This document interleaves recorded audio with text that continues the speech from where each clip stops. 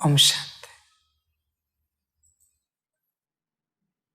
मुरली का सार है मीठे बच्चे, देह अहंकार छोड़ देही अभिमानी बनो। अपने कल्याण के लिए याद का चार्ट नोट करो, खास याद में बैठो। याद से ही विकर्म विनाश होंगे। मीठे बच्चे, देह अहंकार छोड़ देही अभिमानी बनो। बच्चे, आत्मा अभिमानी बनो। बाप जगाने आया है। तुम जो सत्य हो उस सत्य स्वरूप में आओ। बच्चे, मैं कब तक जगाऊं?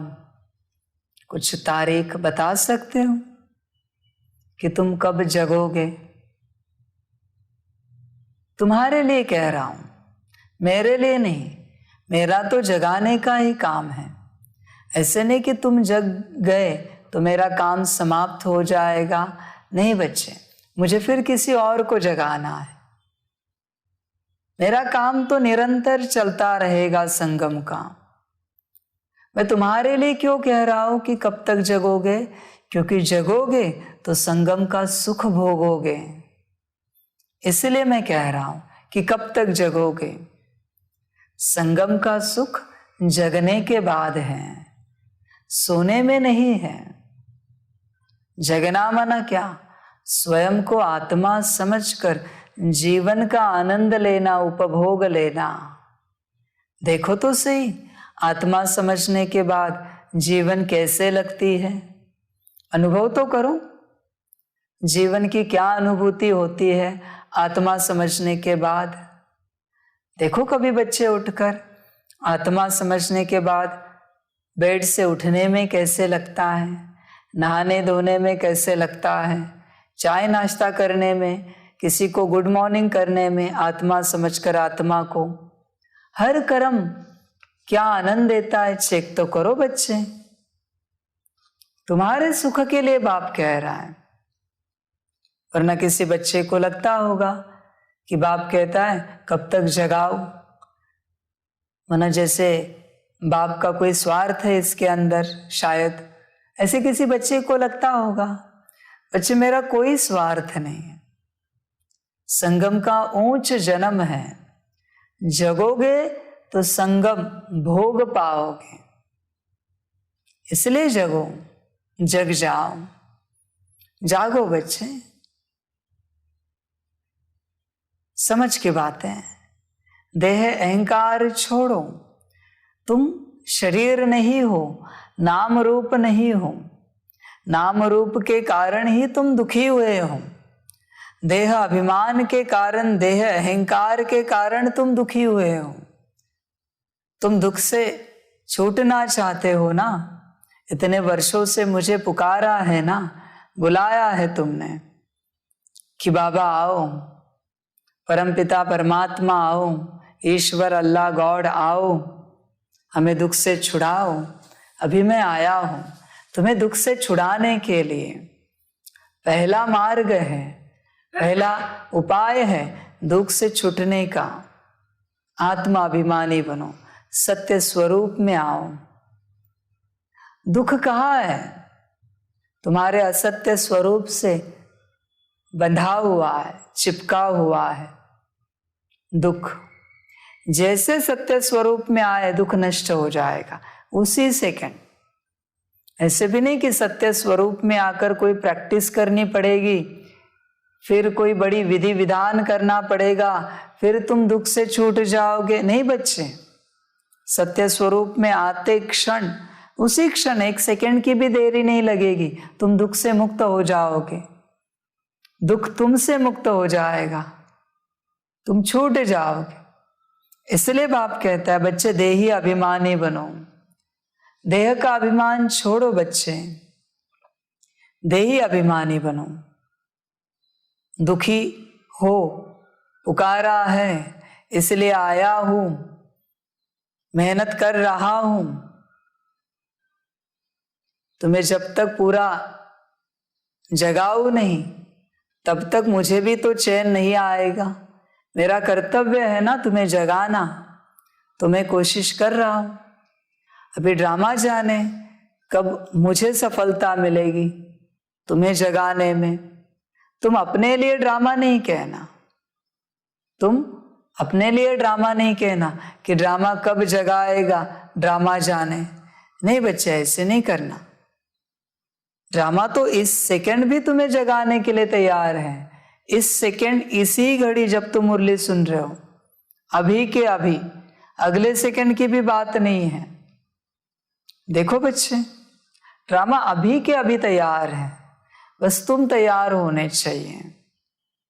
तुम्हारी तैयारी पर सारा खेल है। तुम तैयार तो ड्रामा एक्टिवेट, ड्रामा शुरू हो गया तुम्हें बदलने के लिए। तो बच्चे, देही अभिमानी बनो, आत्माभिमानी बनो।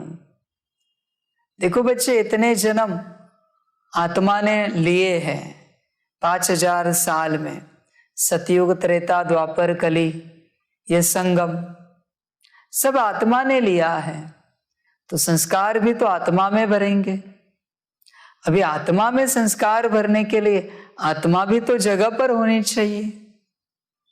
इंजीनियर की जगह अगर डॉक्टर बैठा क्लास में, कैसे इंजीनियरिंग की पढ़ाई पढ़ पाएंगे? डॉक्टर की जगह वकील बैठा, कैसे पढ़ेंगे डॉक्टरी? जिसकी पढ़ाई है वो वहां पर होना चाहिए, पूरा पूरा होना चाहिए। आधा ध्यान इधर, आधा ध्यान उधर, ऐसे नहीं होना चाहिए बच्चे। जन्मों जन्मों के संस्कार भर रहे हैं, कितना उद्धार हो रहा है बच्चे। कल्पना करके देखो कितनी प्राप्ति हो रही है। समझ है, कल्पना से बाहर है ये सारा खेल, कल्पना से बाहर है। बस तुम श्रीमत पर चलो। बच्चे जागो, आत्मा के संस्कार भरो। देखो आत्मा को क्या अच्छा लगता है, अनुभव करो। आत्मा को किस प्रकार से उठना बैठना अच्छा लगता है, आत्मा को किस प्रकार से भोजन करना, खान पान अच्छा लगता है, किस प्रकार से व्यवस्था अच्छी लगती है। आत्मा की बात तो करो, मजा आएगा तुम्हें, अच्छा लगेगा। देखो तो सही, आत्मा को क्या पसंद है। शरीर को जो पसंद है तुम बरसों से दे रहे हो, सारी व्यवस्था, खान पान, कपड़ा, पर आत्मा क्या चाह रही है देखो तो सही, तुम्हें बड़ा अच्छा लगेगा। बच्चे, देही अभिमानी बनो, यही समय है देही अभिमानी बनने का। उसमें भी समय समाप्ति में आ चुका है। ऐसे नहीं कि समाप्त होने को अभी काफी टाइम है या हो गया है, बहुत बिल्कुल एज पर है समय, बिल्कुल एज पर है, किनारे पर समय है एकदम। ऐसे अधर अवस्था में अभी बदला की बदला समय। बच्चे, इस समय का लाभ उठाओ। ये समय दोबारा नहीं आएगा जीवन में, चाहो तो भी नहीं आएगा। न मैं ला सकता हूं, न तुम ला सकते हो, न ड्रामा ला सकता है। कोई कुछ नहीं कर सकता इस समय के लिए। तो बच्चे देखो, ध्यान दो, जागो प्यारे बच्चे, जागो जागो और अपना वर्षा लो बाप से। बाप वर्षा देने आया है। देह अहंकार छोड़ देही अभिमानी बनो। अपने कल्याण के लिए याद का चार्ट नोट करो। देखो, चेक करो कितना समय तुम बाप को याद करते हो। अपने कल्याण के लिए चार्ट रखो, खास याद में बैठो, खास समय निकाल कर याद में बैठो। बड़ा आनंद आएगा याद का। खास याद में बैठो। याद से ही विकर्म विनाश होंगे बच्चे, याद से ही विकर्म विनाश होंगे। और कोई उपाय नहीं है विकर्मों को विनाश करने का याद के अलावा। बच्चे, याद पर ध्यान दो। बहुत विकर्म बाकी है ना। और ऐसे भी नहीं कि विकर्म विनाश हो गए, काम हो गया। दूसरों का भी तो उद्धार करना है, सारी सृष्टि का भी तो उद्धार करना है। जब अपना उद्धार हुआ होगा तो ही सृष्टि का उद्धार कर पाएंगे। अपना अगर उद्धार नहीं हुआ है तो सृष्टि का उद्धार कैसे करेंगे? चेक करो अपना उद्धार। तुम पक्के बने हो? तुम्हारे पास अभी कोई दुख है नहीं ना? अगर दुख नहीं है तुम्हारे पास तो ही तुम दूसरों को सुख दे सकते हो, वरना अगर तुम दुखी होते हो छोटी छोटी बातों में तो तुम पूर्णतः सुख नहीं दे पाओगे दूसरों को।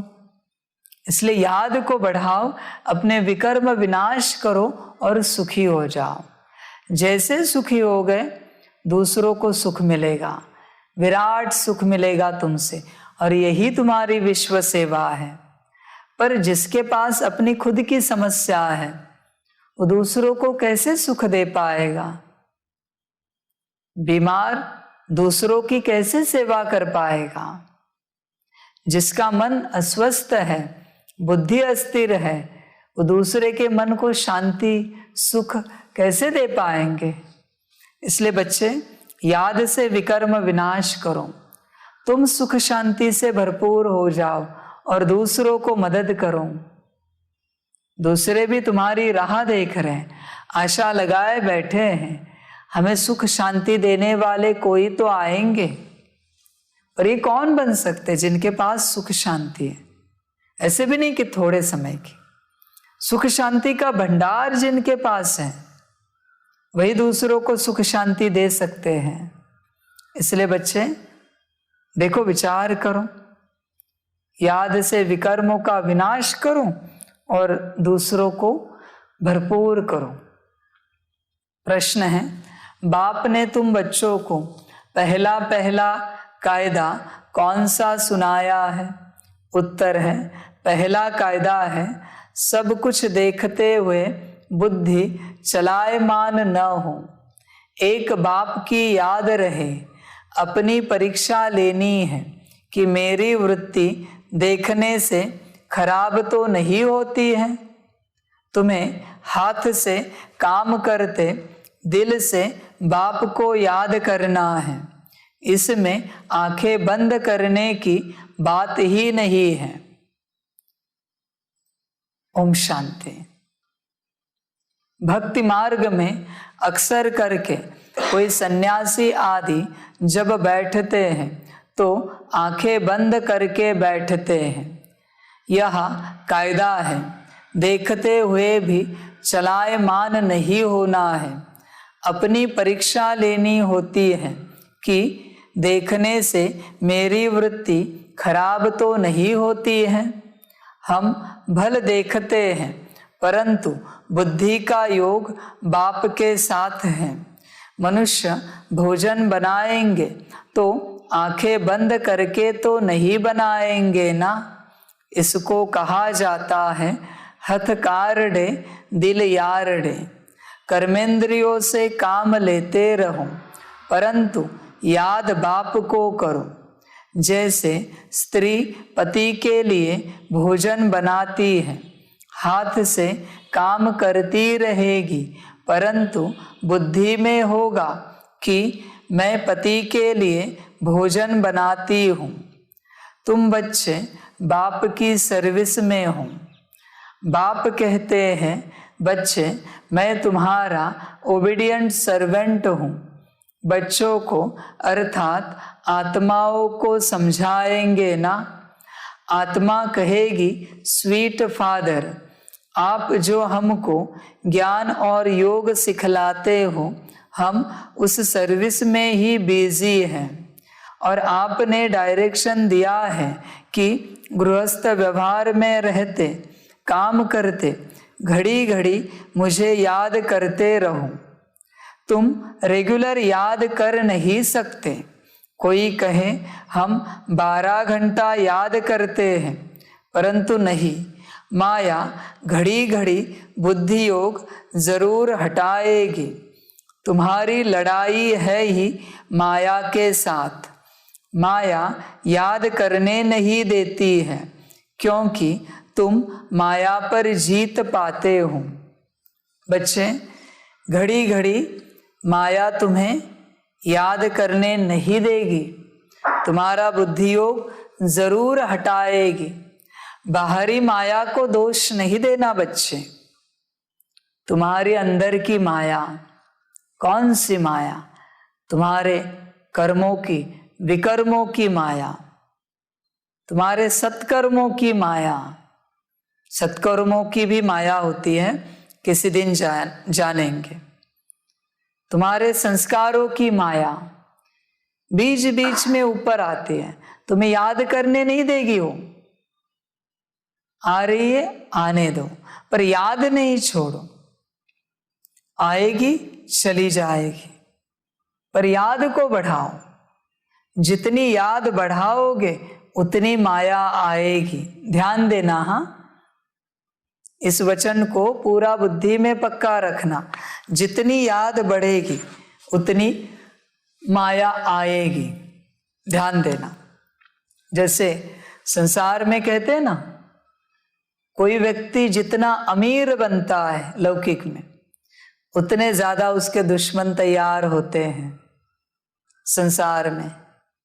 जैसे पॉलिटिक्स में कहते हैं ना, कोई बहुत बड़ा राजनेता बनता है, उतने उसके दुश्मन तैयार होते हैं। हर क्षेत्र में ये नियम कहाँ से आया? अंदर से। जितनी तुम्हारी अवस्था ऊंच बनती जाएगी, उतनी तुम्हारी अंदर की माया दुश्मन बन के बाहर आएगी। बाहर से तुम्हें कभी कोई परेशान नहीं करता। ध्यान में रखना बच्चे, अंदर से ही सब परेशानी है। बाहर किसी को दोष नहीं देना, इनके कारण बच्चे नहीं। तुम्हारा वो संस्कार अभी जगा है, बल्कि तुम्हारे कारण किसी और को निमित्त बनना पड़ता है उस संस्कार को ठीक करने के लिए। बेचारा खामखा फंस जाता है जो तुम्हारे संबंध संपर्क में होता है, क्योंकि तुम्हारा वो संस्कार जगा है। अभी उसके लिए निमित्त कौन बनेगा? जो तुम्हारे आसपास है। उस बेचारे को भी समझ में नहीं आता मुझे से ऐसे कैसे गलती हुई। उससे गलती नहीं हुई बच्चे, बल्कि गलती तुम्हारी है। तुम्हारा संस्कार जगा है, उसकी ऊर्जा तुम्हारे आसपास जो संबंधी है उनमें चले गए, परिवार में चली गई, और उन्होंने ऐसी हरकत की कि तुम्हारा वो संस्कार बाहर निकले। फिर तुम उन्हें दोष देते हो, इन्होंने मुझे ऐसे बोला। बच्चे, उन्होंने वैसे नहीं बोला, तुम्हारा संस्कार जग गया है, बल्कि तुम्हारे कारण वो दोषी हुए, उन्हें निमित्त बनना पड़ा तुम्हारा कचरा उठाने के लिए, कचरा निकालने के लिए। इसलिए तुम्हारे साथ संगत में जो चलते हैं, तुम्हारा लौकिक अलौकिक परिवार, उन्हें कभी दोष नहीं देना। वो निर्दोष है, पूर्णता निर्दोष है। किसी ने अचानक से तुम्हें कुछ ऐसा बोला कि तुम्हें गुस्सा आया, तुम नाराज हुए, तुम उदास हुए, तुम्हारी स्थिति ऊपर नीचे हुई। बच्चे, उन्होंने नहीं बोला, तुम्हारा संस्कार जगा है, वो संस्कार उनमें गया। ये विधि आसानी से समझ नहीं पाओगे तुम। जितना समझ सकते हो समझो। प्रसार में रहम दिल बनो, सामने वाले को माफ करो। तो तुम्हारा संस्कार जगा है, उसके कारण उनको ऐसी बात करनी पड़ी तुमसे जिससे तुम्हें गुस्सा आता है या नहीं आता है चेक करें। वरना बच्चे, खामखा उन्हें तुमने भागी बनाया तुम्हारे संस्कार में। इसलिए परिवार में कभी किसी को दोष नहीं देना। लौकिक परिवार में, अलौकिक परिवार में कभी दोष नहीं देना। सामने वाला पूर्णता 100% निर्दोष है, दोषी सिर्फ तुम हो। ध्यान में रखना, क्योंकि तुम्हारे अंदर की माया निकल रही है और निमित्त सामने वाला बन रहा है। बल्कि तुम्हें खुश होना चाहिए, उसका शुक्रिया अदा करना चाहिए, उनको सॉरी भी बोलना चाहिए कि हमारी वजह से आपको निमित्त बनना पड़ा, उसके लिए हम माफी चाहते हैं। माफी मांगनी चाहिए उनसे। थैंक यू भी बोलना चाहिए उन्हें। तुम्हारी क्लीनिंग करने के लिए कितना निमित्त बन रहे बच्चे, तुम्हारे अंदर कचरा है, ऐसे नहीं होगा।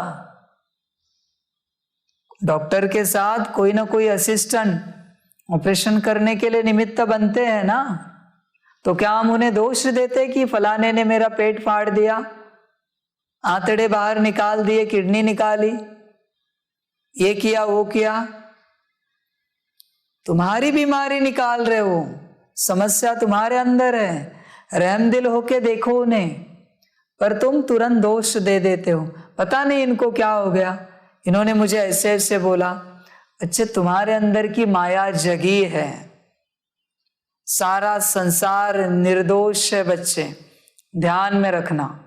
और अगर तुम्हें कहीं दोष दिख रहे, तुम भी निर्दोष हो, पर अगर तुम्हें दोष दिख रहे तो वो तुम में है, संसार में किसी में नहीं है।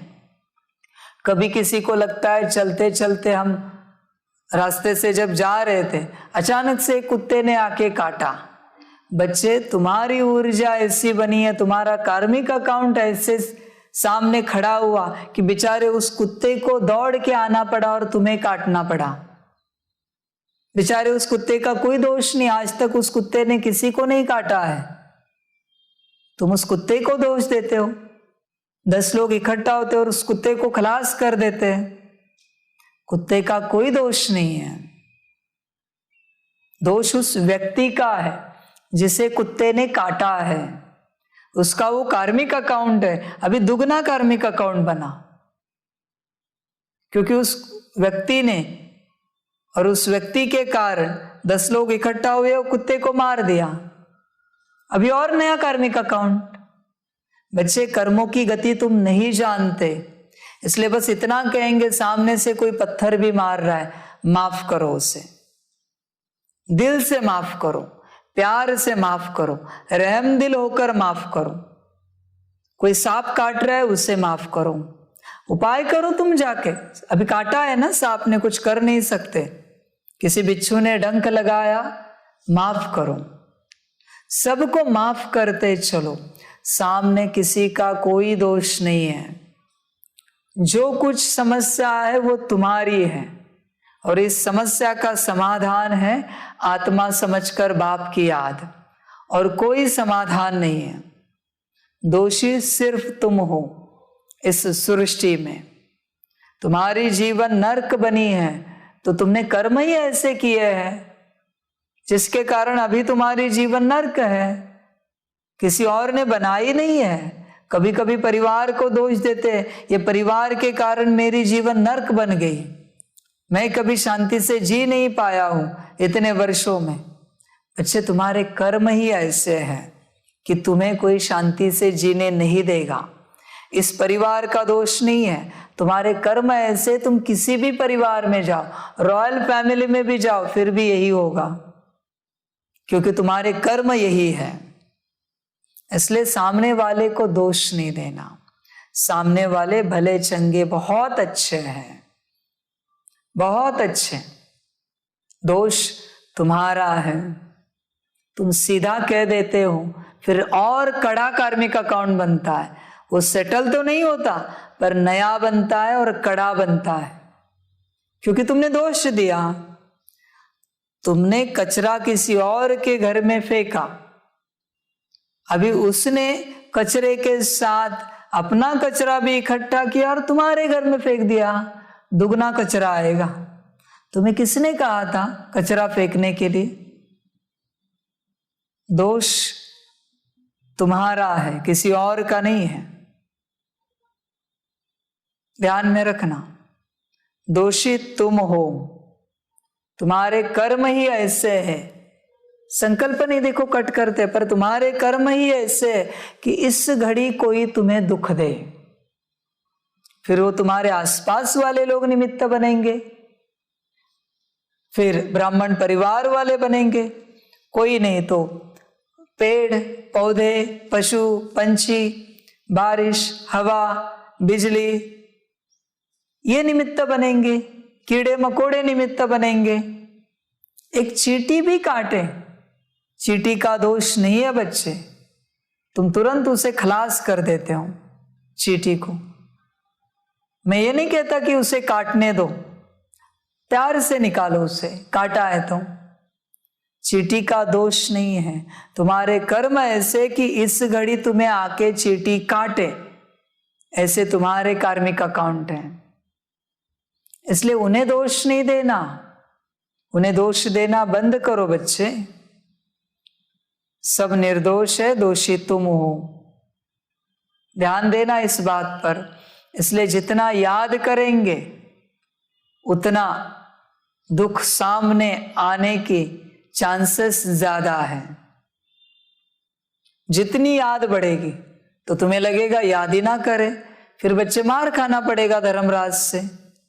छूट नहीं सकते, कुछ बाकी रख नहीं सकते। याद, कभी कभी तुम याद तेज करते हो, कोई भट्टी करते हो या 5 दिन 10 दिन 21 दिन जो भी तुम करते हो, बड़ा योग का गहन अनुभव प्रयोग करते हो और उसके 2-4 दिन में तुम बीमार पड़ते हो। कभी कभी तुरंत अगले दिन बीमार पड़ते हो। विचार चलता है, पता नहीं अब तो इतना अच्छा योग कर रहे थे, आज कैसे बीमार पड़े तुरंत। बच्चे, बीमारी उछल खाई है, ऊपर आई है। योग किया ना भी इतना दिन तो बीमारी ऊपर आई, कर्मों की जल्दी आई। खुशनसीब समझो अपने को कि बीमारी जल्दी आई। कभी तुम मधुबन से भट्टी करके आते हो और घर में लड़ाई झगड़े शुरू हो जाते हैं तुम्हारे लौकिक में, संकल्प नहीं कट कर रहे सभी बातों के, लड़ाई झगड़े शुरू होते हैं। तुम सोचते हो ये क्या हुआ, अभी अभी हम योग करके आए, मधुबन से भट्टी करके आए और ये लड़ाई झगड़े शुरू हो गए। बच्चे, बीमारी उथल खाई है, ऊपर आई है,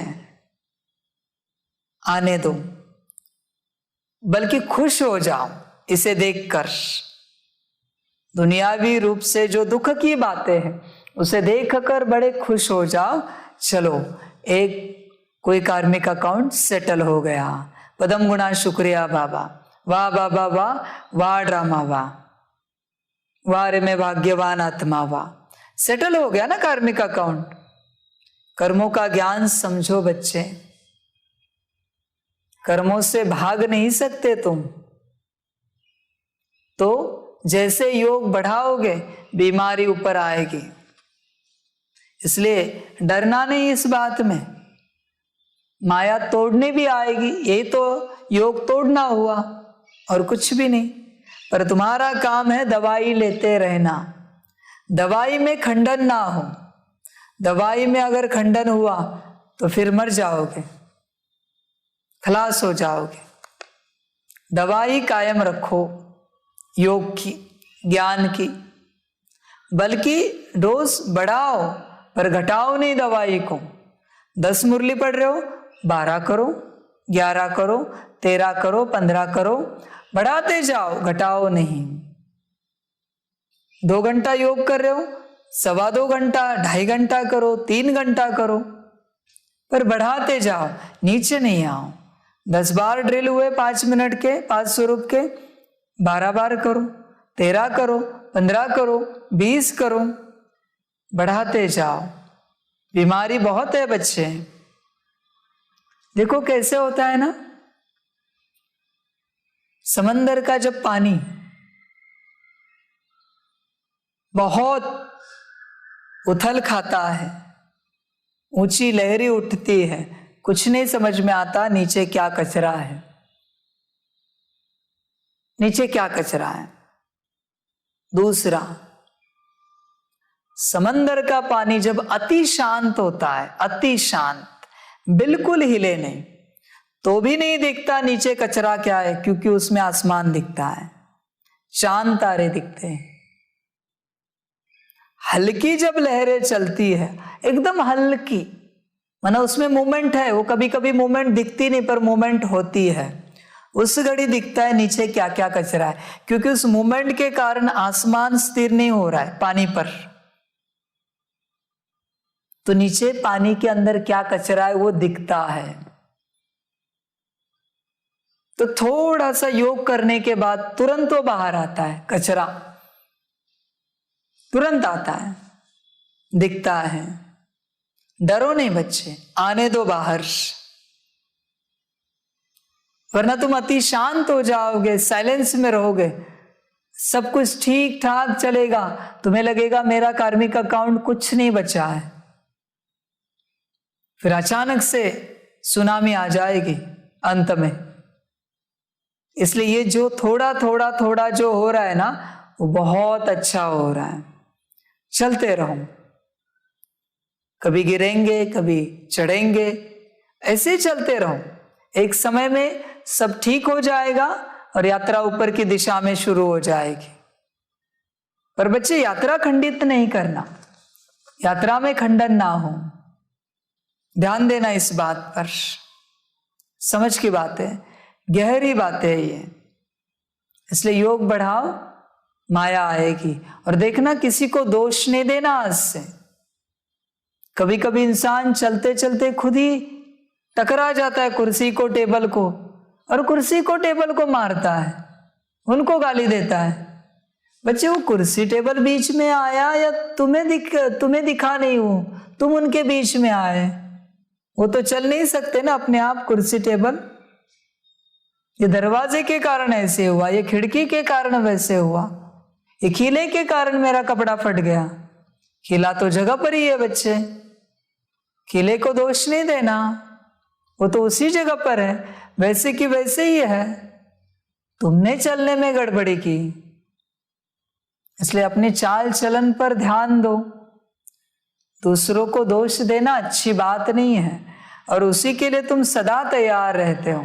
दूसरों को दोष देना, फटाफट दोष दे देते हो तुम, थोड़ा विचार भी नहीं करते, ऐसे ही बोल देते हो तुरंत। दूसरों को दोष देते हो, कहते हो पता नहीं ये मेरे माँ बाप कैसे हैं, ये जन्म से गरीब है, अमीरी इनके नसीब में है कि नहीं। बच्चे, तुम्हारे कर्म ऐसे कि तुम उस घर में पैदा हो जाओ। अपने को शहजादा नहीं समझना, महाराजा की औलाद नहीं समझना। इतने घटिया पाप कर्म किए हैं कि उनके घर में जाना पड़ा। ऑलरेडी वो उनके पाप कर्म भुगत रहे, गरीबी है, और ऊपर से तुम और एक गरीब ऐड हुए उसके अंदर। ऐसे पाप कर्म करने वाले बेचारे और गरीबी में गए तुम्हारे कारण। ऐसे दोष देते बच्चे, उठते बैठते, कर्मों का ज्ञान कुछ पता है, ऐसे माँ बाप को दोष लगा देते। किसी को कभी दोष नहीं लगाना। याद तुम्हारा न कोई चाहता है बुरा, न कोई करता है। किसी के पास अपने कर्मों को छोड़कर समय ही नहीं है किसी और के कर्मों को देखने के लिए। तुम ऐसे उठकर दोष दे देते हो, ये मेरे माँ बाप ऐसे, पति पत्नी वैसे, बच्चे वैसे। तुम अपने कर्मों को देखो। ऐसे क्यों नहीं कहते कि मेरे कर्म ऐसे, मेरे कर्मों के कारण मेरे माँ बाप ऐसे दुखी है, मेरे कर्मों के कारण मेरे पति पत्नी ऐसे दुखी है, मेरे बच्चे ऐसे दुखी है, मेरे कर्मों के कारण अभागी हम हैं। ऐसे कभी कहा है तुमने? बच्चे चेक करो, मेरे कर्मों के कारण मैं समाज को सुख नहीं दे पा रही हूं, देश को, विश्व को सुखी नहीं बना पा रही हूं, उनके सुख शांति में कुछ सहयोग नहीं कर पा रही हूं। खुद को दोष देना सीखो। समझ की बात है। जो हमेशा खुद को दोष देता है, दुनिया उसे निर्दोष करार देती है। ध्यान में रखना बच्चे। और जो दूसरों को दोष देता है, दुनिया उसे फांसी पर चढ़ाती है, सीधा फांसी पर चढ़ाती है दुनिया। इसलिए दोष नहीं देना किसी को। दोषी तुम हो, तुम्हें निर्दोष करार मिले इसलिए अपने को दोषी मत ठहराओ। यह सत्यता बता रहा हूं कि दोषी तुम हो, दूसरे सब निर्दोष है। तुम्हारी गलती ना होते हुए भी तुम्हें किसी ने थप्पड़ मार दिया, फिर भी दोषी तुम हो। सारे संतों को देखो जिनके द्वारा बाबा ने कार्य कराए दुनिया को थोड़े समय के लिए सही दिशा दिखाने के, उन्होंने कभी किसी को दोष दिया? किसी को दोष दिया नहीं, खुद को दोष लिया, खुद को दोषी ठहराया। बल्कि उनके साथ ऐसी घटनाएं घटित हुई जिसमें साफ साफ दिखता है कि दूसरे लोग अज्ञानी लोग उन पर अन्याय कर रहे हैं, फिर भी उन्होंने दोष नहीं दिया किसी को। तुम तो ज्ञानी हो, कैसे दे सकते हो दूसरों को दोष? कैसे दूसरों पर अन्याय कर सकते हो दोष देने का? तुम ऐसे उठ के बैठते हो और कह देते हो इनके कारण। बच्चे, तुम्हारे कर्म ऐसे हैं, किसी के कारण नहीं। तुम्हारी जीवन सिर्फ तुम्हारे कारण है, न मैं रिस्पॉन्सिबल हूं तुम्हारी जीवन के लिए। इसलिए आज से किसी को दोष नहीं देना, कम से कम ये बात तो ध्यान में रखना। इनका मूड ऐसे था इसलिए हमारा मूड खराब हो गया। उन्होंने कहा था तुम्हें मूड खराब करने के लिए। इन्होंने दाल खारी बनाई, तीखी बनाई, इसलिए हम खा नहीं पाए। तुम्हारी पात्रता ही वही है, तुम्हारे हर कदम में तुम्हें वही मिलता है जिसके लिए तुम पात्र हो। दोष नहीं देना, दोष नहीं देना। एक होटल में गए, कोई दो व्यक्तियों ने सेम चीज ऑर्डर की है, दोनों की टेस्ट अलग होगी। जिसकी जैसी पात्रता होगी उसे वैसी चीज मिलेगी। वही चीज है, बनाने वाला भी एक ही व्यक्ति है, शेफ एक ही शेफ बनाता है, पर दोनों की टेस्ट अलग होगी, दोनों की ऊर्जा अलग होगी। हर व्यक्ति को पात्रता के अनुसार मिलता है। समझ की बातें हैं।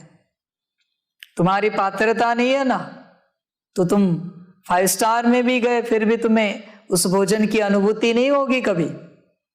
पात्रता लगती है उस चीज के लिए। ध्यान देना बच्चे इस बात पर।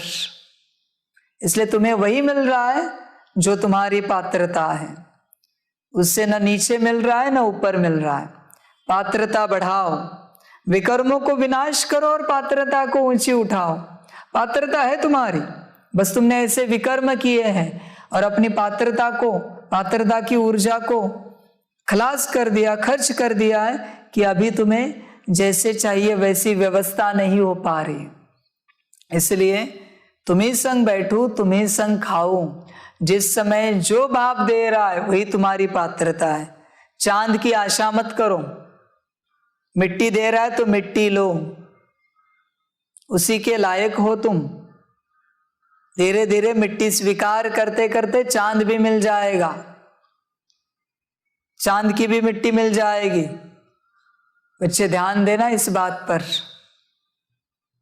तो माया आएगी योग बढ़ाने के बाद, पर तुम योग को घटाना नहीं। कोई बच्चे अगर रेगुलर दवाई लेते रहे ना, 10 मुरली ड्रिल, कम से कम 8 बार ड्रिल होनी चाहिए 500 रुपये की। एक ड्रिल 5 मिनट की, ऐसे नहीं 1 मिनट में या 1 सेकंड में 500 रुपये पूरे करो। 5 मिनट कम से कम, 5 से ऊपर करे तो भी अच्छा है, कम से कम 5 मिनट। ऐसे कम से कम 8 बार ड्रिल होनी चाहिए, उससे भी ऊपर होनी चाहिए। फिर देखो दिन कैसे जाता है। ये लगातार करना बच्चे। बच्चे तुम्हारा क्या होता है पता है? तुम 2-3 दिन अच्छे से पुरुषार्थ करते हो, फिर लगता है आज बहुत अच्छी स्थिति है, बड़ी मौज में है, पता नहीं एक अलग लाइटनेस है, अंदर उमंग उत्साह है, खुशी है। और दूसरे दिन तुम्हारी 9 मुरली होती है, 8 की ड्रिल 7 होती है। उस दिन तुम्हें कुछ नहीं लगेगा, तुरंत स्थिति नहीं घटेगी। तीसरे दिन तुम 8 मुरली पर आते हो, तीसरे दिन के बाद चौथे दिन तुम्हें अनुभव होता है, पता नहीं आज क्या हो गया, ये ऐसे क्यों झगड़ा कर रहे हैं या ऐसे क्यों बात कर रहे हैं। बच्चे 2 दिन दवाई कम गई शरीर में, इलाज कम हुआ मुरली और ड्रिल का, योग का। तुम एक फिक्स समय करो अपने जीवन में कि रोज कुछ भी हो जाए, इतने मिनट के लिए हम बाबा को याद करेंगे। अभी हम नहीं कहते 2 घंटा, 4 घंटा, 8 घंटा। तुम एक फिक्स टाइम करो कि इतने समय के लिए, इतने मिनटों के लिए रोज हम बाबा को याद करेंगे, कुछ भी हो जाए। इतनी बार मुरली रोज करेंगे, कुछ भी हो जाए। संगठित रूप से करेंगे या अकेले करेंगे, पर करेंगे। इतनी बार 500 रुपये की ड्रिल, कुछ भी हो जाए करेंगे। इतने समय के लिए सकाश हम जरूर देंगे। बाबा ये नहीं कहता कि तुम 5-5 घंटा करो, सारी बातें भले 5 मिनट की करो, 5 मिनट, पर कहां से तो शुरुआत करो, उसमें कमी नहीं आनी चाहिए। हाँ, दूसरे दिन कमी नहीं आनी चाहिए। भले दूसरे दिन तुम कुछ भी ना बढ़ाओ, पर घटाओ भी नहीं, तीसरे दिन भी ना बढ़ाओ, चौथे दिन 1 सेकंड बढ़ाओ, 1 सेकंड बढ़ाओ। आज तुम एक ही मुरली पढ़ रहे हो, एक ही ड्रिल कर रहे हो, 1 मिनट सकाश दे रहे हो, 1 मिनट बाप को याद कर रहे हो, ठीक है, निश्चय तो करो कि ये रोग कायम करेंगे, कुछ भी हो जाए। फिर दूसरे दिन, तीसरे दिन, चौथे, 5वें दिन कायम रखना है। जब तुम्हें लगा कि अभी ऊर्जा अच्छी हुई है, स्थिति ठीक है, थोड़ा बढ़ाते हैं। बाबा ये नहीं कहता कि तुम 1 मुरली के 2 मुरली करो, एक ही करो, मुरली 1 करो, दूसरे दिन बस सार पढ़ो, मीठे बच्चे देह अहंकार छोड़ देही अभिमानी बनो, बस सार पढ़ो, प्रश्न के आगे भी बिल्कुल नहीं जाओ। बढ़ाया ना, 1 सेकंड ही सही, 5 सेकंड ही सही, बढ़ाया ना। योग तुमने 1 मिनट किया, आज 5 दिन 1-1 मिनट रोज कर रहे हो, आज 1 मिनट 1 सेकंड एक्स्ट्रा करो। ड्रिल कर रहे हो 5 स्वरूप के, 5 मिनट की, चलो 1 मिनट के ड्रिल कर रहे हो, 10 सेकंड में, 5 सेकंड में एक स्वरूप हो जाता है। 1 मिनट की ड्रिल हो गई, वापिस पहला स्वरूप 1 सेकंड के लिए याद करो, बढ़ाया ना। सकाश देते हो 1 मिनट के लिए, अभी 1 मिनट 1 सेकंड सकाश, 1 सेकंड का बढ़ाओ, 2 दिन 3 दिन, नीचे नहीं आना है, पीछे नहीं आना है बच्चे, देखो पीछे नहीं आना है। गाड़ी 30 के स्पीड से भी चले ना, इंसान पहुंच जाएगा अपने डेस्टिनेशन पर अगर 30 का 28 हुआ, 25 हुआ, 20 हुआ, समय लगेगा। फिक्स स्पीड में भी गाड़ी चले ना, फिर भी डेस्टिनेशन पर पहुंच जाओगे, पर गाड़ी का स्पीड पीछे ना आए। समझ की बात है, लौकिक गाड़ी की बात नहीं कर रहे, आत्मा रूपी गाड़ी की बात चल रही है। और जब गाड़ी फिक्स स्पीड में चलती है ना, एवरेज भी अच्छा मिलता है। स्पीड ऊपर नीचे होता है ना, एवरेज भी कम मिलता है, मेंटेनेंस भी बढ़ता है, चलाने वाले को भी थकान होती है, घड़ी घड़ी स्पीड ऊपर नीचे होता है। समझ की बात है।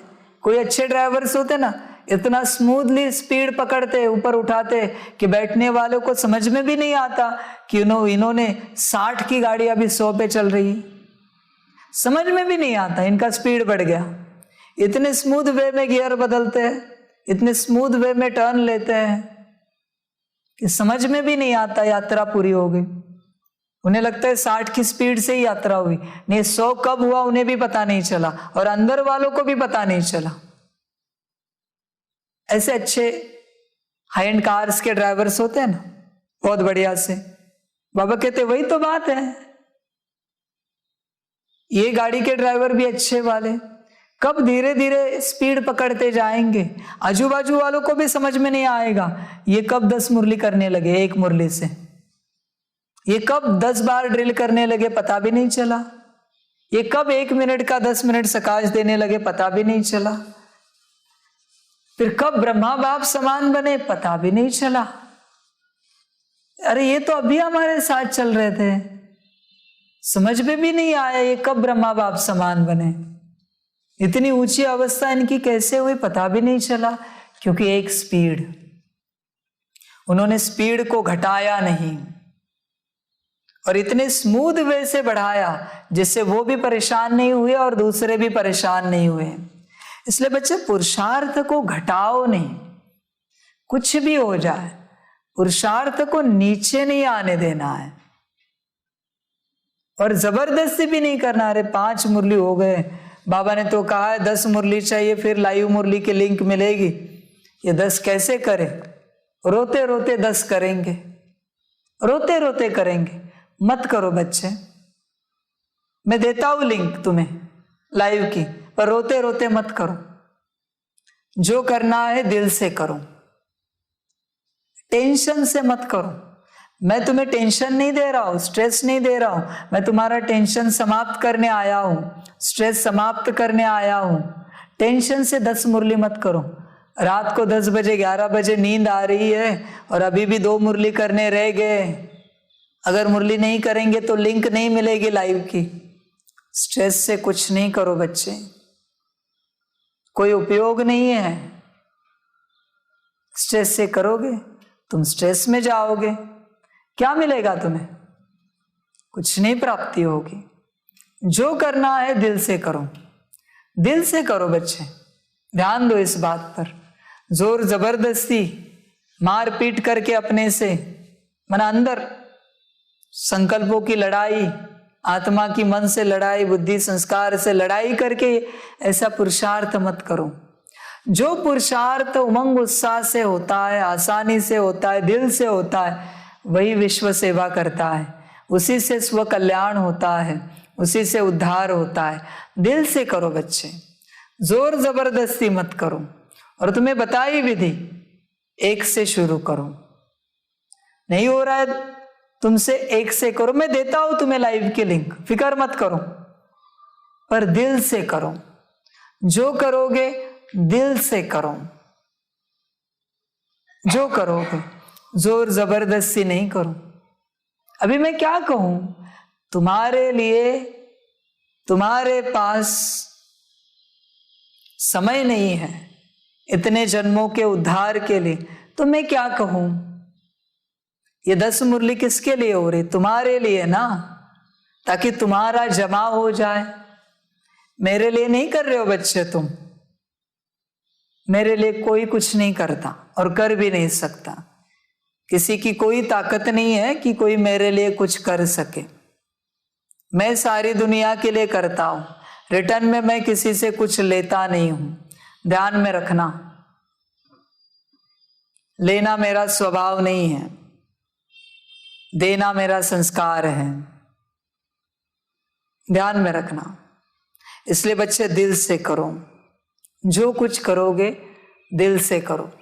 बीमारी आएगी पर तुम एक चार्ट शुरू करो कि कुछ भी हो जाए ये रोज का रोज करेंगे, तुम थोड़ा थोड़ा आगे जरूर बढ़ोगे।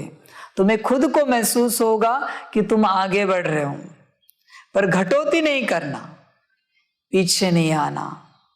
समझ है? क्या क्या उदाहरण दे तुम्हें, क्या क्या उदाहरण दे। वो जिम में भी जाते हैं, धीरे धीरे वेट बढ़ाते हैं, और एक बार वेट बढ़ाया, वरना एक्सरसाइज के लिए वो जो भी करते हैं धीरे धीरे समय बढ़ाते हैं। कल 15 मिनट की आज 20 मिनट करेंगे, फिर कल 25 मिनट, धीरे धीरे। ऐसे एक दिन में नहीं होता, एक एक हफ्ते में बढ़ाते 5-5, 10-10 मिनट। ऐसे करते साल भर में 2-3 घंटे एक्सरसाइज कर सके, इतनी ताकत आ जाती है उनके अंदर। पर धीरे धीरे आए, एक साथ नहीं आए। एक साथ कोई पहले दिन 3 घंटा करे, एडमिट करना पड़ेगा। बच्चे ध्यान दो इस बात पर, धीरे धीरे बढ़ाते जाओ पर घटाओ नहीं। अगर ये घट गया तो दुर्घटना घट जाएगी, वरना तुम गिर जाओगे, दूर चले जाओगे। इसलिए बच्चे देखो, माया आएगी, तुम्हारा काम है चलते रहना, चलते रहना तुम्हारा काम है। समझ है? किसी को समय पर पहुंचना है, समय पर पहुंचना है किसी स्थान पर। रास्ते में छोटे छोटे गड्ढे हैं, तो समय पर सभी को पहुंचना है जो गाड़ी में बैठे हैं।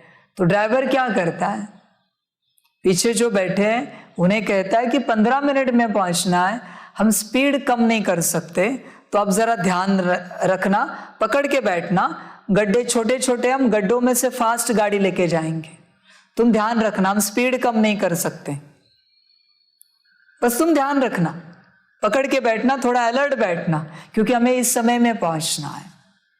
सभी पहुंच जाते हैं। उन्हीं गड्ढों में से गाड़ी की स्पीड करके भी हम स्पीड कम करके गाड़ी लेके जा सकते हैं, पर उतना समय नहीं है। कि स्पीड कम करके लेके जाए, स्पीड कम की तो वापस उठाना पड़ेगा। और पूरे रास्ते पर ऐसे गड्ढे हैं माया रूपी, कितनी बार स्पीड कम करे और कितनी बार गाड़ी को उठाए फर्स्ट गियर से, कितनी बार उठाए।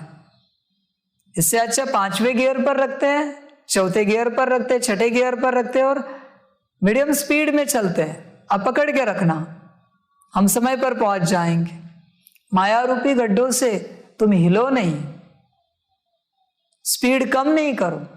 जिस गति से तुम आगे बढ़ रहे हो, 1 मुरली, 1 ड्रिल, 1 मिनट सकाश, जो भी तुम्हारी गति है, 1 मिनट बाबा की याद, ऐसे करते करते ऊंचे पहुंचो। पर पुरुषार्थ को घटाना नहीं, कुछ भी हो जाए, चाहे तो एक समय भूखे रहना, भोजन नहीं करना और भोजन के समय में पुरुषार्थ पूरा करना, पुरुषार्थ करके भोजन बनाना चाहे तो, पर पुरुषार्थ को नीचे नहीं लाना और आने बिल्कुल नहीं देना। कितनी भी तुम्हें सेवा हो, लौकिक अलौकिक, तुम्हारा पुरुषार्थ नीचे ना आए।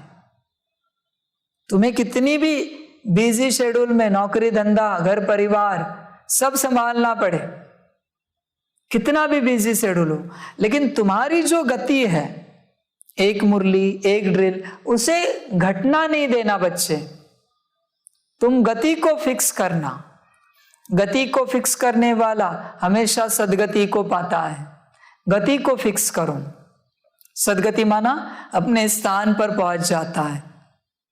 बच्चे चेक करना, माया आएगी पर तुम नीचे नहीं आना, हर हालत में नीचे नहीं आना। ध्यान देना इस बात पर। अंदर की माया उथल खाएगी, ऊपर आएगी, पर बच्चे ध्यान देना, पुरुषार्थ को फिक्स करना। तुम जो करोगे, जो भी है, तुम्हें लाइव लिंक मिलेगी, चिंता नहीं करना, फिक्र नहीं करना, मैं दे दूंगा। तुम्हारे उद्धार के लिए मैंने कहा है 10 मुरली। स्ट्रेस नहीं लेना, चिंता नहीं करना, फिक्र नहीं करना, दिल से करना। बच्चे 1 लाइन भी तुमने पढ़ी ना तो भी मैं दे दूंगा लाइव मुरली, फिक्र मत करो। पर वो लाइन दिल से पढ़ो, ऐसी पढ़ो कि लगे कि 10 मुरली पढ़े, 10 मुरली सुने, इतनी दिल से। देखो, बाप के इस रहम दिल का, रहम स्वभाव का फायदा नहीं उठाना, हाँ, वरना माया परेशान करेगी बच्चे। वरना मिसयूज नहीं करना बाबा के इस स्वभाव संस्कार का। रहम दिल होके बाप यही चाह रहा है कि बच्चों की उन्नति हो। दिल से करो, जो कुछ करोगे दिल से करो। गति बढ़ाते जाओ या फिर समान रखो, 2 ही बात है, या तो समान रखो गति को या बढ़ाते जाओ, बाकी कोई चर्चा नहीं। ध्यान देना बच्चे पुरुषार्थ पर, स्थिति पर। माया घड़ी घड़ी बुद्धि योग जरूर हटाएगी। तुम्हारी लड़ाई है ही माया के साथ।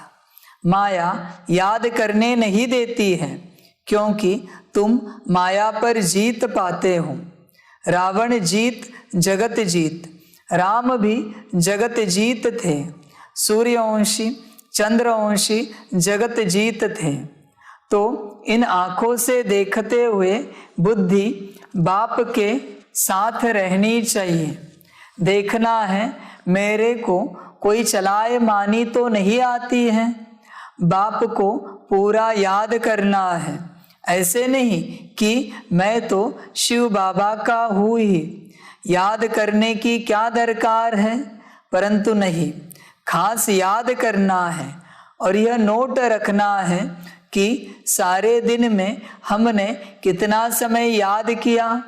ऐसे बहुत होते हैं जो सारे दिन की हिस्ट्री लिखते हैं कि हमने सारा दिन यह किया। जरूर अच्छे मनुष्य ही लिखेंगे। अच्छी चाल लिखते हैं तो पिछाड़ी वाले देखकर सीखें। बुराई लिखे तो उनको देख और भी बुराई सीखेंगे। अब बाप बच्चों को राय देते हैं कि तुमको चार्ट रखना है।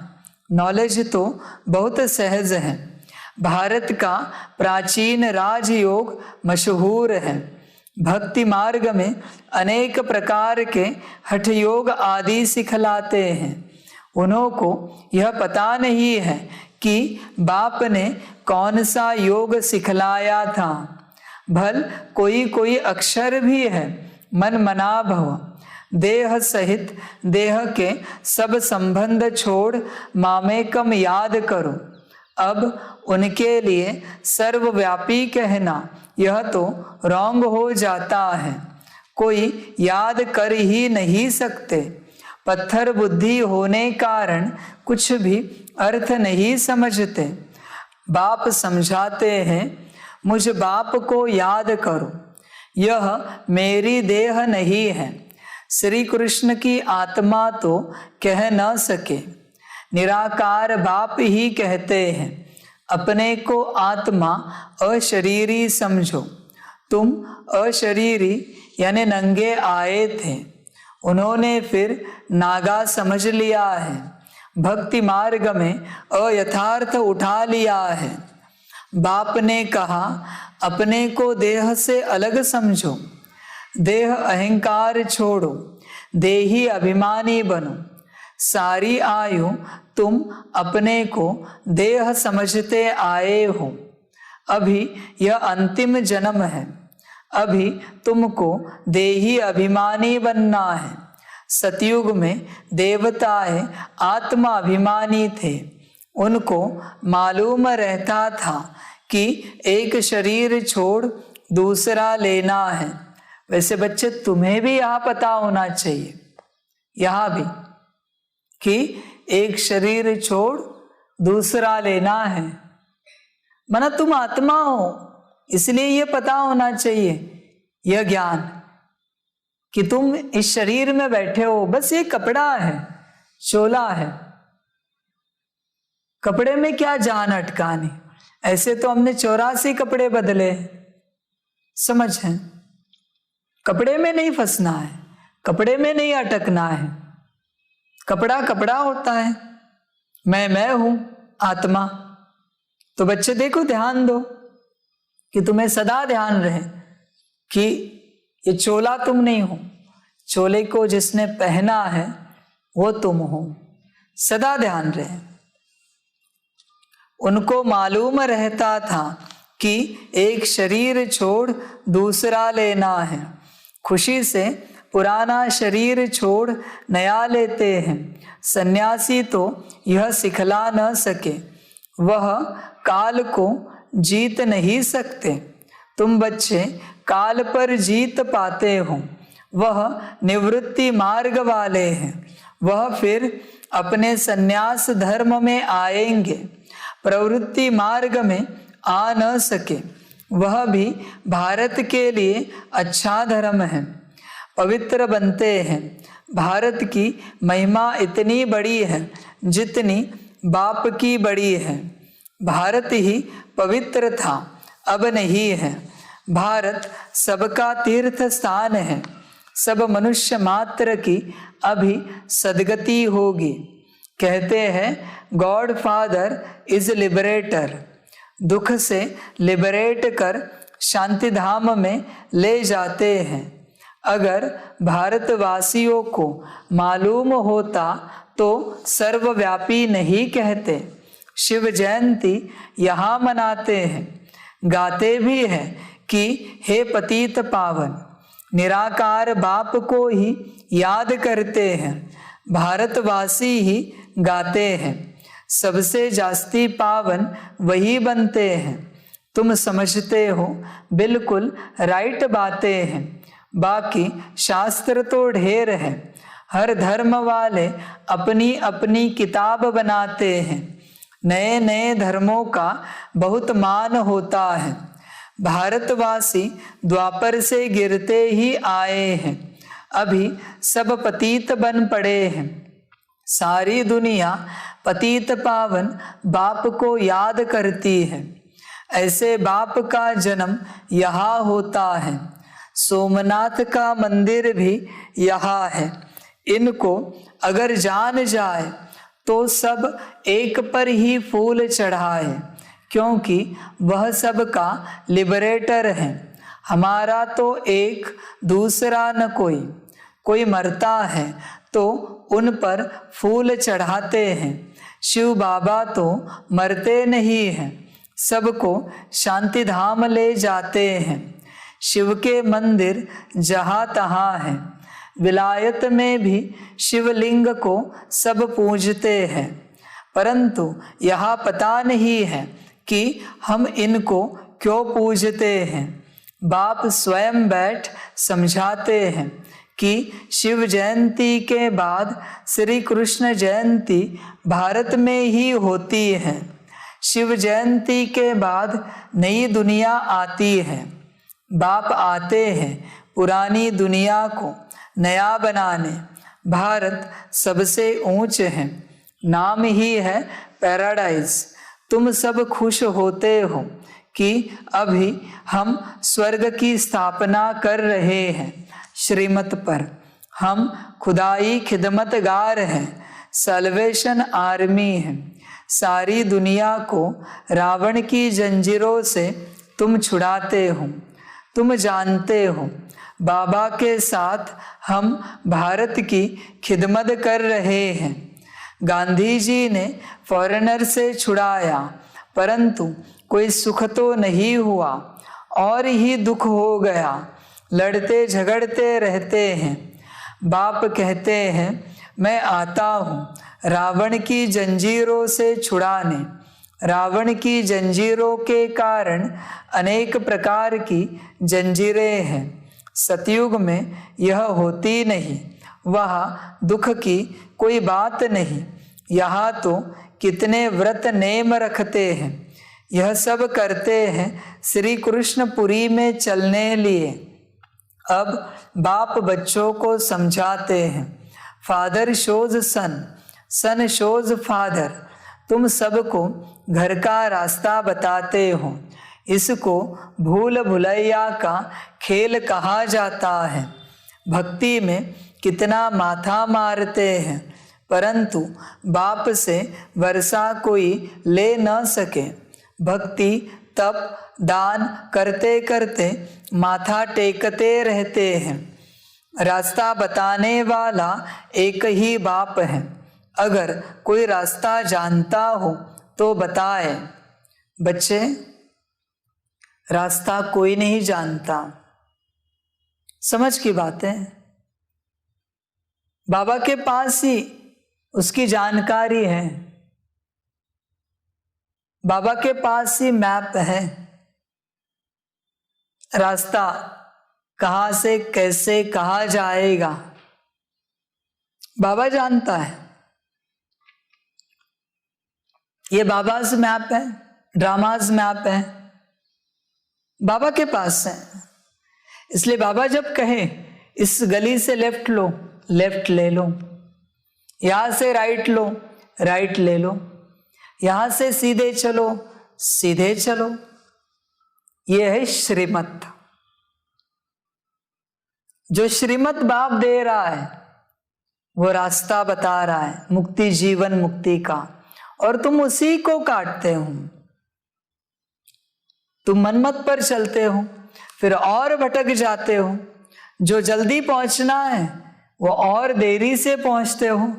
तुम्हारे मैप में दिखाता है 2 घंटे में पहुंचने वाले थे, अभी वो 2.25 घंटे हो गए, 2.5 घंटे हो गए, 3 घंटे हो गए, क्योंकि तुमने गलत रास्ता चुना। समझ है बच्चे?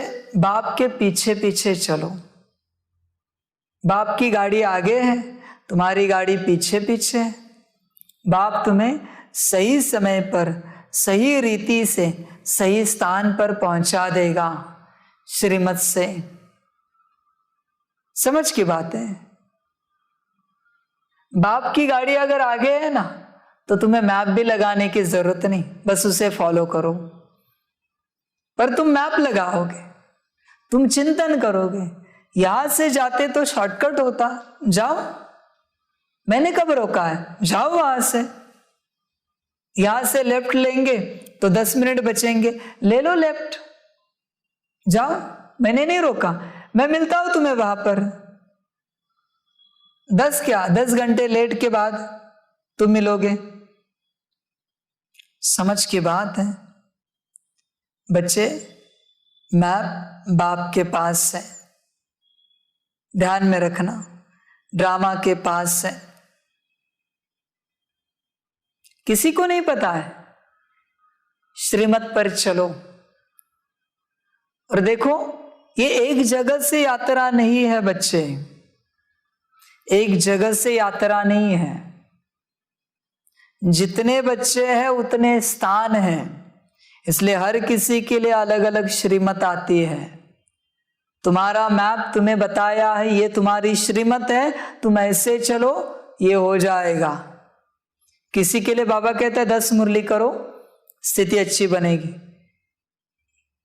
8 ड्रिल करो। किसी के लिए कहता है 20 मुरली करो, 16 ड्रिल करो। वो कहता है मुझे इतना क्यों पुरुषार्थ दिया बाबा आपने? बच्चे, तेरी गाड़ी बहुत दूर है,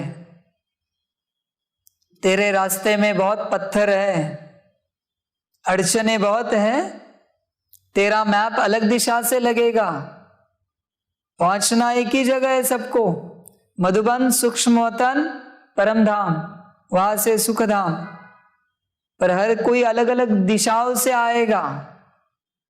इसलिए हर किसी का मैप अलग है, हर किसी की श्रीमत अलग है। किसी को बाबा डांट के सिखाएगा, किसी को प्यार से बताएगा, हर किसी का मैप अलग है। और जैसे जिसकी गाड़ी वैसे बाप रास्ता बताता है। गाड़ी पर भी निर्भर है कि तुम्हारी गाड़ी कौन से रास्ते से जा सकती है। किसी के गाड़ी के टायर ऊंचे है, बड़े मजबूत है, उसको पहाड़ों के रास्ते से भी लेके जा सकते हैं, जाएगी उसकी गाड़ी डेस्टिनेशन पर किसी की गाड़ी छोटी है, टायर छोटे हैं, इंजन मजबूत नहीं है, तो उसको अच्छा हाईवे ही ढूंढना पड़ेगा, एक्सप्रेस वे, ताकि गाड़ी स्मूथली चले। बहुत पहलू है बच्चे। ये रास्ता सिर्फ रास्ता शब्द नहीं है, या मंजिल शब्द नहीं, बहुत बातें होती है, बहुत बातें होती है। किसी के गाड़ी की पेट्रोल की टंकी बहुत बड़ी है, जिसमें ज्यादा पेट्रोल रहता है, तो उसे बिना पेट्रोल पंप वाले रास्ते से भी हम मंजिल पर पहुंचा सकते हैं। पर जिसकी गाड़ी का पेट्रोल घड़ी घड़ी समाप्त होता है, उसे ऐसे रास्ते से लेके जाना पड़ेगा जहां घड़ी घड़ी पेट्रोल पंप मिले। बहुत बातें हैं। इसलिए बच्चे, श्रीमत पर चलो।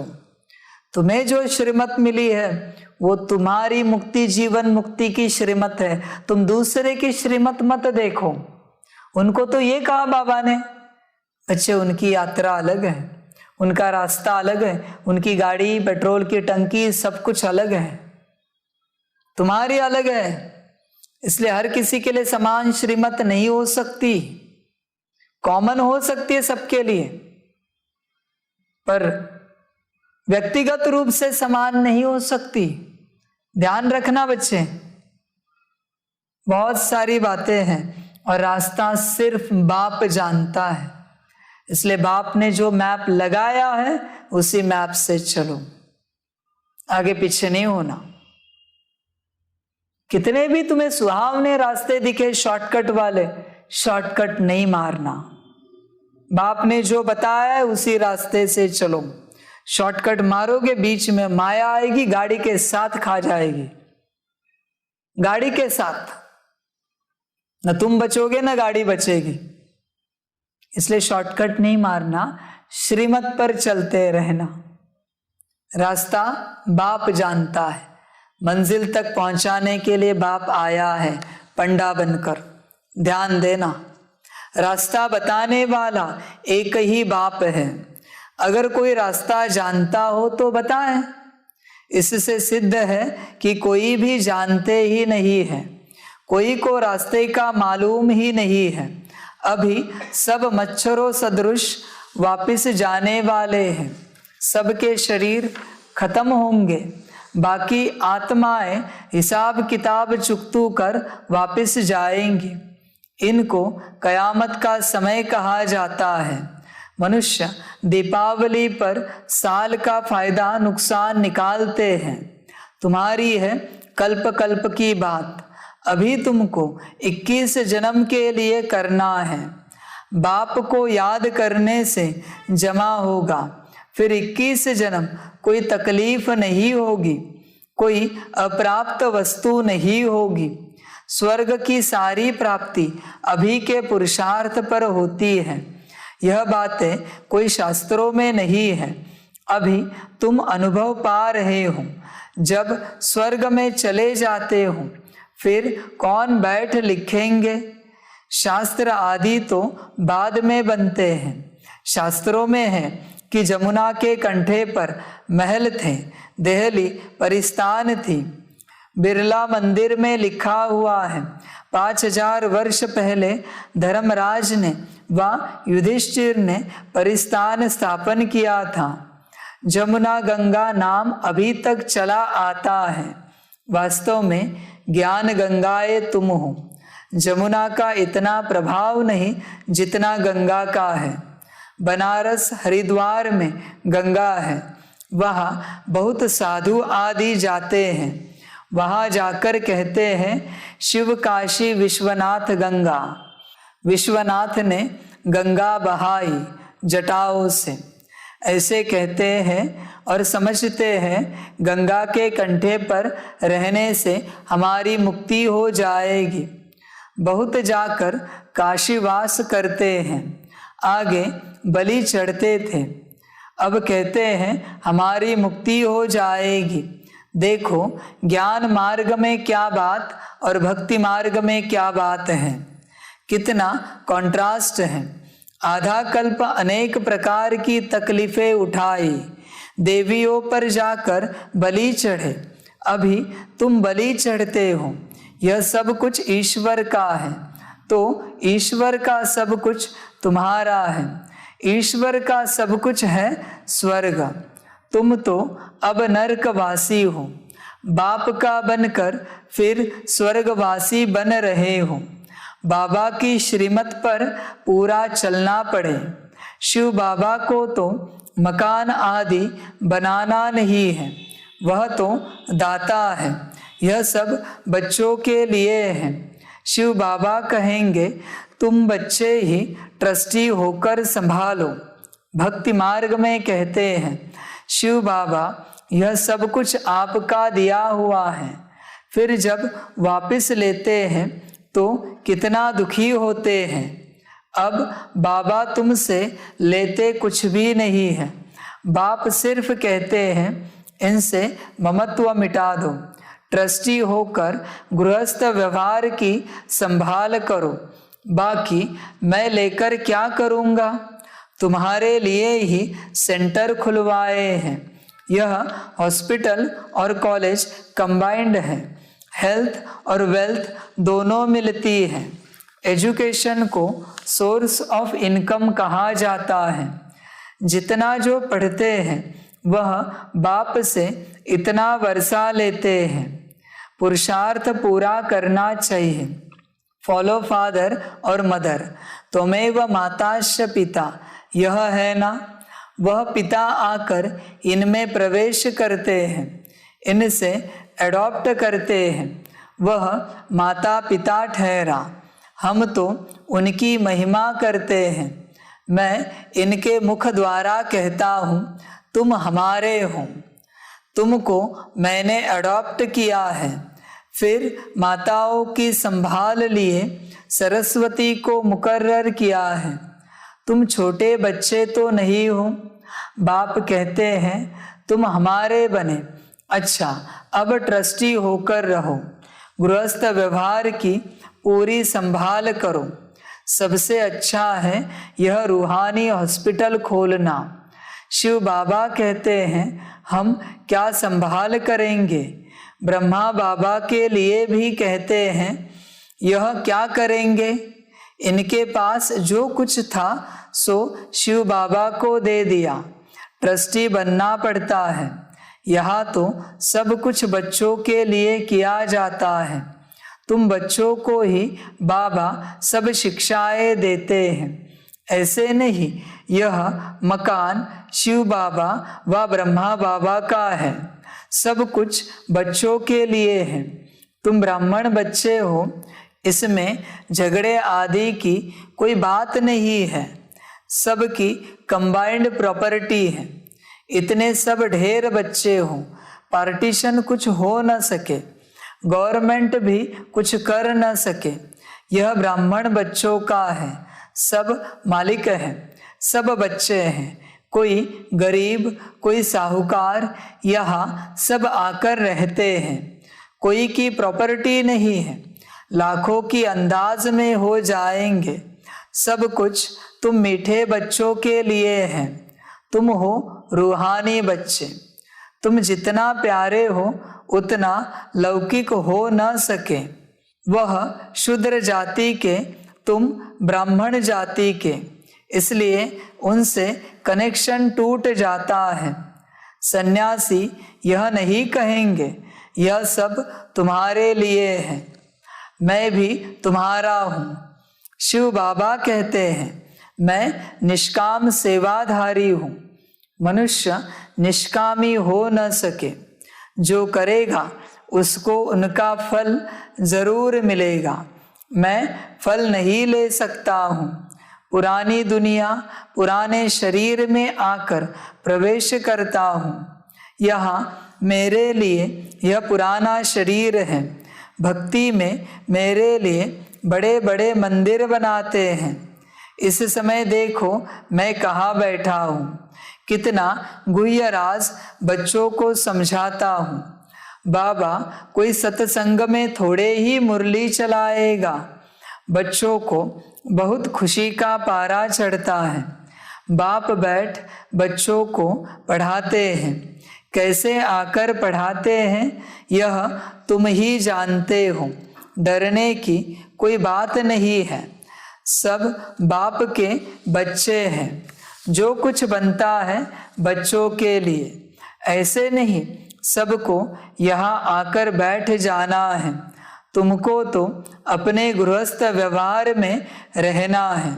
सब आकर इकट्ठे रहे तो सारी दिल्ली जितना तुम्हारे लिए चाहिए, ऐसा तो हो न सके।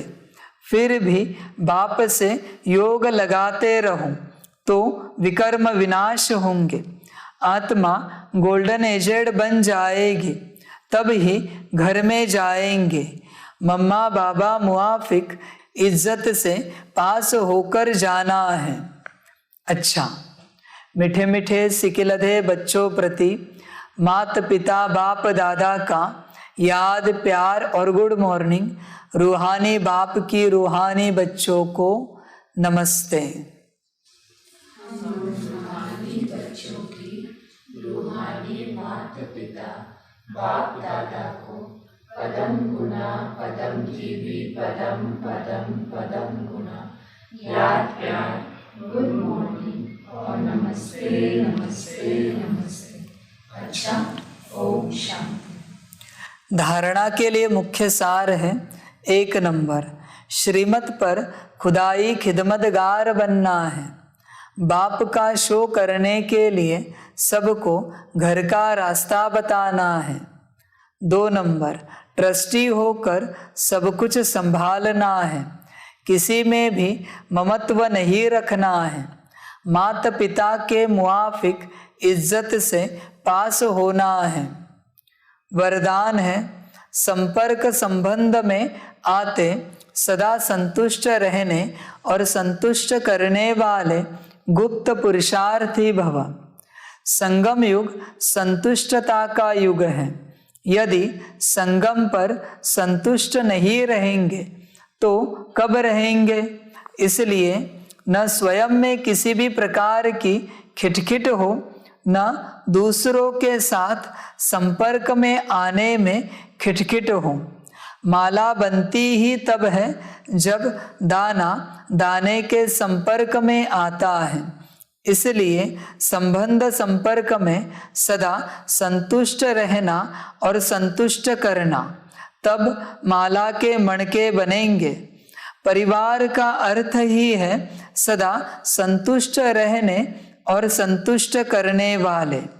स्लोगन है, पुराने स्वभाव संस्कार के वंश का भी त्याग करने वाले ही सर्वंश त्यागी हैं। बच्चे, पुराने स्वभाव संस्कार सबका त्याग करो, सब बाप को दो। अभी बाप समान नए स्वभाव और संस्कारों को धारण करो। जैसे बाप का स्वभाव वैसे बच्चों का, जैसे बाप के संस्कार वैसे बच्चों के, ऐसे बनना है। और सभी कल्प पहले बने थे, कोई बने हैं, कोई बनेंगे, पर बनना निश्चित है। इसलिए बच्चे बाप समान बनो। अच्छा, ओम शांति। सभी बच्चों के लिए टोली स्वीकार हो। ओम शांति।